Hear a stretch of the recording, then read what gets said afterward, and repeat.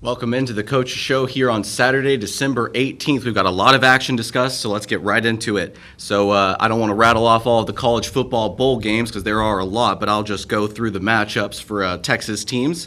December 28th, they'll be Houston and Auburn will be playing in the Ticket Smart Birmingham Bowl. AutoZone Liberty Bowl between Mississippi State and Texas Tech. That's on December 28th again on ESPN at 5:45. Should be a good matchup between two great programs. Mike Leach going to be matched up with his former team. Oregon and Oklahoma, two programs that lost their head coaches to two marquee programs. Lincoln Riley went to USC. Mario Cristobal at Oregon went to Miami. So tough losses for those programs, but they seem to like the hires they've got, and no doubt a good matchup in the Valero Alamo Bowl on ESPN. That's December 29th at 8:15 p.m. Another December 29th game is the SMU Mustangs are going all the way up to Boston to play at Fenway versus the Virginia Cavaliers. It should be a great game. That'll be an early one at 10 a.m. on December 29th. Moving over to New Year's Eve, the Texas A&M Aggies at 8-4 will be taking on a 10-3 Wake Forest squad. Should be a great game. That's also an early game at 10 a.m. New Year's Eve. And then New Year's Day, the Oklahoma State Cowboys will be taking on Notre Dame in the Fiesta Bowl. Always a great game. That should be a lot of fun to watch. And then another game on New Year's Day, the Baylor Bears are in another New Year's Six Bowl, back in the Sugar Bowl, taking on Ole Miss and Lane Kiffin. That game is at 7:45 on ESPN. And then last game I've got time to mention for college football bowl games. Obviously, there's the College Football National Championship and the playoff, but the LSU Tigers and the Kansas State Wildcats will be playing in the Texas Bowl on January 4th on ESPN at 8 p.m. That's all the bowl games I've got time to mention. But then let's move over to the Wildcat and Lady Cat sports in review, starting with the women's basketball team. Tuesday, they opened district play with a loss in Mount Pleasant. And then Friday, last night, they lost 55-30 to Texas High. They had a really good matchup. Were able to hang in there with the Lady Tigers, always a thorn in Sulphur Springs' side, at least for the women's basketball team. And just couldn't hang in there with a really talented Texas High team that was able to take advantage of some mistakes. But they'll look to get another win in district Monday when they have a mid-afternoon matchup in Marshall taking on the Lady Mavs at 2:30 p.m. JV will precede that matchup at 1:15. Wildcat Soccer, Tuesday they had their fourth scrimmage in Greenville. They were able to win 3-1. And then Friday they were supposed to play in the DFW Metroplex at Carrollton R.L. Turner, but we've had some cancellations go through a couple of teams recently, and so that wasn't able to happen. So what they did last night was they did a JV2 or freshman scrimmage with West Mesquite last night at Gerald Prim Stadium. And next up, the varsity team will be at McKinney North on Tuesday, December 21st at 7:15 p.m. And then last team I've got time to mention, we'll be talking Wildcats basketball pony with Coach Brandon Shaver here when we come back from the commercial break. But the Lady Cats soccer team Monday, they lost at Royce City and to a really talented Royce City squad. They lost 2-1. Today they have a scrimmage tourney against three teams in the top 10 for 4A Division II, so maybe it could be a bit of a district preview for next year. Who knows? But they'll be taking on number 3 Maybank at 9 a.m., number 7 Kilgore at 11 a.m., and then number 10 Caddo Mills at 2 p.m. And when we return from a commercial break, we'll be talking Wildcats basketball with Coach Brandon Shaver. Welcome back to the Coach's Show here on Saturday, December 18th. Before we went to commercial, did a whole bunch of talking about college football bowl games and Wildcats and Lady Cat sports in review. And with Christmas just about coming up, a lot of teams in action. But joining us today here is Coach Brandon Shaver, head Wildcats basketball coach. Before we get to talking about your team, Coach, why don't you tell us a little bit about yourself? Yeah, so, been coaching this is my 15th year. And so, started out in Louisiana, where I played college basketball, and then me and my wife just kind of migrated up to the Shreveport area, and then was able, blessed enough to be able to get an opportunity to coach at a 5A school over here, and that kind of led me to where we're at now. I had a good relationship with Coach Sip, and so when we know that the job was coming open, he called me, and so it was just one of those that everything kind of lined up, and it was great timing for our family, and we're just excited to be here for sure. Big move going all the way from Longview and a big area like that to Sulphur Springs, huh? Well, it is, but I grew up in a small town, and so it's not nothing that I'm not used to. So, coming from a small town that I went into, at Natchitoches was another small town. Then we moved into a big town. And so I don't mind coming back to a small town, especially with, I've got 4 boys. And so, kind of giving them that atmosphere and just excited to kind of get them back into, something that, where it's exciting to be about, to be about basketball, and that's a fun thing to be, and not having, not as much as, and when you get into big towns, there's a lot of schools around, so you don't really get into the excitement of one school, and so here you get all, just like this stuff right here, and then the boys playing, they have a lot of fun just being in the gym, being with guys that love to be in the gym. So it's a lot of fun for our family for sure. And that's always great to hear because, you're absolutely right. In a big basketball town, you were talking about how Coach Sip unfortunately left to go to Allen and go coach the Eagles over in a big 6A school, no less. But he called you, talking about he was leaving the job and a great opportunity for you to come here in Sulphur Springs. But a big basketball town, and Coach Sip definitely had a hand in that, kind of building that community. But you're kind of seeing it even here through about, I guess you would say about halfway point through the season. Right. A lot of people, or a lot of fans, a lot of community is really showing up and showing out for your team. Yeah, they are. They're packing the stands, and it's a lot of fun. It's always good, especially coming from last year when in the COVID year where, you might only had, 10 or 15 fans maybe. And so now this year we're able to get the fans back in. And that just, it's the excitement for the boys to be able to play in that arena, in that environment. So it's been good to see everybody back in the stands.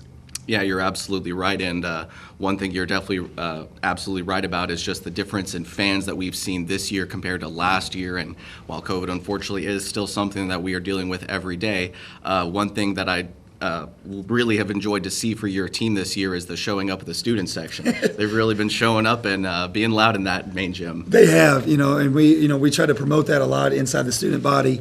That we wanted to call them the sixth man, because it's a big deal. It's one of those things where especially when that guys have to travel in, and when you go into a place and it's a loud environment, it's hard unless you practice in that environment. And so, like even last night, our JV teams and our freshman teams do a great job when we're on the road. That they still bring that excitement if we're not able to bring a lot of fans. Like when we traveled 2 hours, so not a ton of fans, but we had quite a bit of fans that came to watch us play last night. But again, it's that college environment, what we're trying to bring, and we're going to have the band play in a couple games, and just atmosphere for our boys to be able to play in. And that definitely provides a really good home advantage, because one thing I noticed, at least for volleyball, is that when the Lady Cats volleyball team traveled to Marshall, my goodness, that Marshall student section was loud. Right. They gave the Lady Cats a lot of trouble, and something we saw going back to softball season as well. The Lovejoy student section were really loud and proud, and it definitely does give your team a bit of an edge because it can get in the opponent's heads. It does, and especially like in timeouts when when you're this far away and you can barely talk to your players, and so that environment's a lot of fun for sure. Yeah, especially with the student section situated literally right in front of that opposing bench. Right. But, Coach, you and your team have had a really good first half of your season here in Sulphur Springs. Wildcats off to a 14-5 start about halfway through this season. Your team rattled off to a great start, going 3-2 in a couple of tournaments, and filled with a lot of talented schools ranging from 4A to 6A schools in both Mansfield and Forney. What do you think of those tournaments?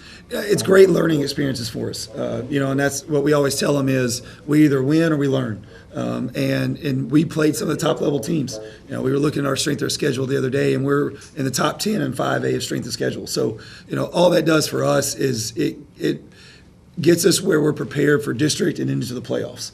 That we won't face. We pretty much faced everything we can right now that we're going to face when we get to those levels, and that's what we want to do. The record's great. That's what we tell them. Look, we can go 20-0 or 0-20, but now the season starts Tuesday, the real season. So we start district on Tuesday, and so all this stuff that we've done before, the record really doesn't matter. It's great to win, obviously, but at the same time, nobody's going to hand us anything. Our district's tough, and so we've got to go in and battle every single night when we go into it. And what are some things that you thought your team has done really well through this first half of the season? We play well together. It's one that that when you look at the stat sheet, it's not somebody that every night, okay, this guy's going for 15 or 20 or this, we have new leading scorers almost every time. And we'll have guys, 4 or 5 guys into double digits. And what that's a testament to is guys are unselfish. They don't care that that you have to have I've got to go out and get mine, or I've got to go out and get a certain amount of points. We just play into the flow of the offense and whatever the defense gives us, and it's been fun because again it's one of those where we have 2 of the best big men in the East Texas area, and maybe into more of the Texas area, and so they've had this first 20 games where they've been double teamed, they've been triple teamed, and and they're the game plan. And so our guards have been able to kind of lighten those up with the way that they're shooting, and and be able to penetrate. And it's just fun basketball to watch when that happens, and we all play together as one.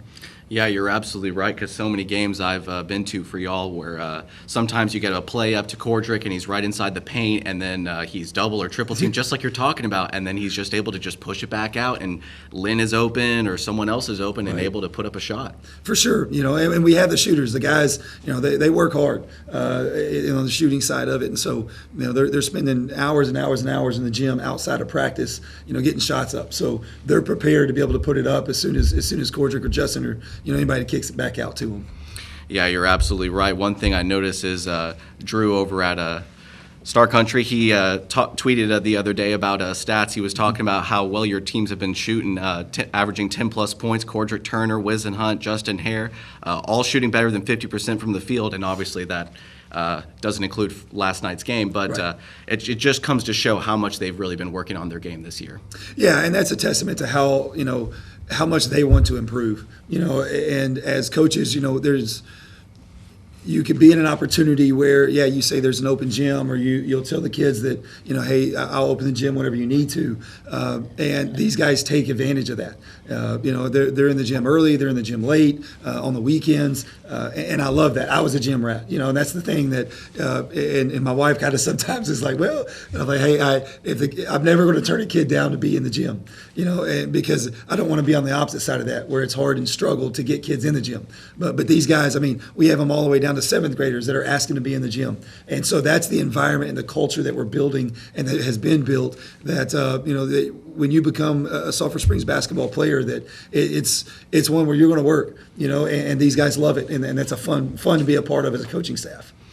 And I'll say one thing. When I was a middle schooler and we had all of those opportunities to go and do things like play in the main gym or practice on the football field, it's just that really puts stars in the eyes of young kids, because it really helps them envision whoa, I could be like this. I could be on a winning team. I could be part of a winning program, and it's a really good thing for those kids. Oh, absolutely. And we're having the little kids basketball league, the 3rd through 6th grade, that's about to start, and we have some of our players coaching those kids. And so we really want to build that family environment that because these guys look up to them. Those 3rd through 6th graders look up to, the Justin Hares and all those guys that they look at and they're like, hey, that guy signed. And then the really awesome thing, too, is our guys can look up to the guys like Keaston that's playing at a high-level D1 right now. And Cam last night came from DBU and came and watched the game. And so for our guys, even at the high school level, to be able to look at and see that, hey, the work that they put in, that they built the foundation on, and that we can continue to do, that, hey, if I want to get to the college level, that they can succeed and play well at the college level. And so it's a great environment to be a part of, not only as a coach, but also as a high school player, as a junior high player, and then as our elementary players too. And when we return from a commercial break, we'll be talking more Wildcats basketball. Welcome back to the Coach's Show here on Saturday, December 18th. We were talking Wildcats basketball with Wildcats basketball coach Brandon Shaver. But, Coach, it's been something of an eventful week for you and your squad. Tuesday, you were scheduled to go out to Cowtown and Fort Worth and go take on Arlington Heights, but that game did not end up happening. And then last night, over at Arlington Grace Prep. So, care to talk about those 2 games? Yeah, and we were hoping that COVID would be away. I know we still battle it every day. And, we've been blessed enough to be able to not have to do anything with it in the first part of the season. But Tuesday, we're getting on the bus pretty much loading up, and we get the phone call that, one of his players tested positive. And so, we made the decision, instead of, driving 2 hours to play a freshman JV game, that it was best for us just to be able to, sit back, not put ourselves in that situation, just because and just in case that we start district on Tuesday. So we didn't want anything we didn't want anything to happen if something happened that way. But at the same time, we had the bus. We were the coaching staff decided we were looking at what we could do, and we love to do some team building stuff. Again, it's one of those where if we can become one off the floor, how much better can we play on the floor? And so I called up Coach McCaslin there at UNT, and I know it was a short notice. I think I called him about 2:30. And he was like, and I think they played at 7 that night, and and he's like, no, hey, he goes, Coach, come on, come bring your team. And so there was some, there was some NCAA things that we had to work out and different stuff, but ended up we went over there, we took the whole team, freshman, JV, varsity, we took those guys up there, watched the UNT game. A lot of fun for them to experience some of those guys, and to see a top level D1 basketball players play. And that's what we want them to be able to see that. We want them to be able to understand what it takes to get to the next level. And we're going to do that several times. We got, we'll go watch again when Louisiana Tech with Keyston playing at UNT. We'll bring the team back then. Talk to the DBU coach. He came last night and watched us at Grace Prep, and we're going to go watch them play at Commerce, which is right down the road. So just another kind of one of those things to see our guys that has wore the Sulphur Springs uniform and see them playing, at the high level, next level, and for our guys to see it will be good for us. And then last night we traveled another 2-hour drive one way, and that was the hard thing when we got the schedule. We had some teams that had backed out of us, and trying to fill the schedule was tough. And so we had to travel. And Grace Prep, number 1 team in 4A, played extremely well last night. Shot the ball, one of the best shooting teams I've seen as far as on a game last night. Shot the 3 ball extremely well. And they got us by 4. It was a learning opportunity for us. We fought back. We played hard. Again, one of the things that I love as a coach is how resilient we are. No matter what the scoreboard says, no matter what happens, whether we're up or we're down, we will continue to fight until the final buzzer. And we did that last night. Again, it was a 6-point game with less than a minute left, and it didn't look good. They were hot all game. I didn't think they would stay hot, but they were hot all game. And we, again, down 6, we made some great plays on defense, made some great tough shots, and that turned into where it was a 1-point game, with about 20 seconds left. And then we had to foul, and then they started making free throws and different stuff. So it ended up being a 4-point game, but still it's a great learning opportunity for us to see how we have to play down the stretch when we get into close games, because we're going to have those when we go to Mount Pleasant. Our district is tough. I think Hallsville's right now, I think they're like 15-2. And so, we're going to have some really tough teams to be able to play, and especially when we go on the road in those environments to be able to play this year. Yeah, you're absolutely right. And I was just going to ask for a bit of a district preview, but you gave us a bit of a taste. But Tuesday, this will also help me in that endeavor. Tuesday, first district contest. That'll be at home versus Marshall. And we've talked about previously how big it is to win games at home and have these home games. But what does it mean to start district at home? It's big. Like I said, every district game is huge. For us, you've got to come in and you've got to know that with the success that we've had early on, we've got a target on our back. And that's again that everybody's going to play their best game against us, and we have to take that mental approach as we come into knowing that. And so with Marshall, they struggled early. They've got their football players back now, so they're kind of getting into a rhythm, and they're going to be tough. They run a very slow down game. I think their games are in the 30s and 40s, all of them. And so they're trying to take the air out of the ball. They're going to play 4 corners. We watched them on film against Lufkin, and their opening possession was 1 minute and 45 seconds. And so it's a little bit different style that we play. So. But we're working on that to try to figure out ways to kind of speed them up, and so we're going to have to get, hopefully them playing our style of game instead of us playing their style. Yeah, you might have to, because my goodness, I was about to ask if that film was in black and white. Right, for sure. It's definitely an older style of gameplay, but should be a great chance for you and your team to kind of game plan around that and to kind of play a different style of game and see how your team fares on that. Right, yeah, and we've got to understand that and try to speed them up, throw some different defenses at them, just to get them out of their rhythm and their pace of how they want to play. And so that's what we're going to work on. We go to practice this afternoon. we'll work on that. That's what we told them. The season starts today. So we've got 2 practices before, and that's an early game. I don't know. We've been putting it out that it kind of changed. That was on the schedule. The freshmen will play at 1, JV will play at 2:15, and varsity will play at 3:30. I know it was scheduled later, but with people being out of school, they decided to go ahead and change those game times. Sorry, one more time. What were those game times? Yeah, JV at 1. Freshman at 1, JV at 2:15, varsity at 3:30. 3:30. Okay, Yes, sir. perfect. So Monday the Lady Cats and your team both have mid-afternoon matchups. Well, we play Tuesday. Right. Tuesday. But Girls on Monday, varsity boys on Tuesday. 2:30 for the girls on Monday, 3:30 for y'all on Tuesday. Correct. Okay. Yeah. And then so y'all take a couple of days off for Christmas, and then you'll be back in you'll be over in Allen, back in the DFW Metroplex, taking on the former coach Clark Hippolyta. Right. Yeah, and that's going to be again. We're matched up against some of the top level 6A teams again. It wasn't an easy pre-district schedule for us. And we've come out with some bumps and bruises, but at the same time, we're prepared. And we have, I think, a top 10 5A team, Frisco Memorial over there, to Lake Travis. We have some guys that's going to test us, which is good. We want to get tested early on, and so now it's our last little bit of games before we really hit that hard district stretch for us. And then is there anything else for y'all over Christmas break before the new year gets underway? We have those 4 games at the Allen tournament, and then other than that, once we get back, we go to, on January 4th, we go to Pine Tree. That's right. And so we're not, technically the students aren't back into school yet, but that gets us back, and that's the start of district as far as now all district schedule. Should be a very exciting 2022 for you and your team, Coach. Yes, sir. Thank you so much for coming on. Appreciate it. Thank you. And best of luck to your squad going forward. Thank you, sir. And that'll do it for us here on the Coaches Show on Saturday, December 18th. Hope y'all have enjoyed listening.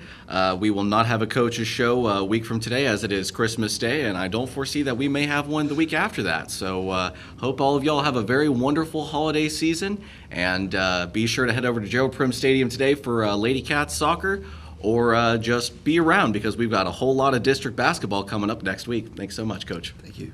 So long, everyone.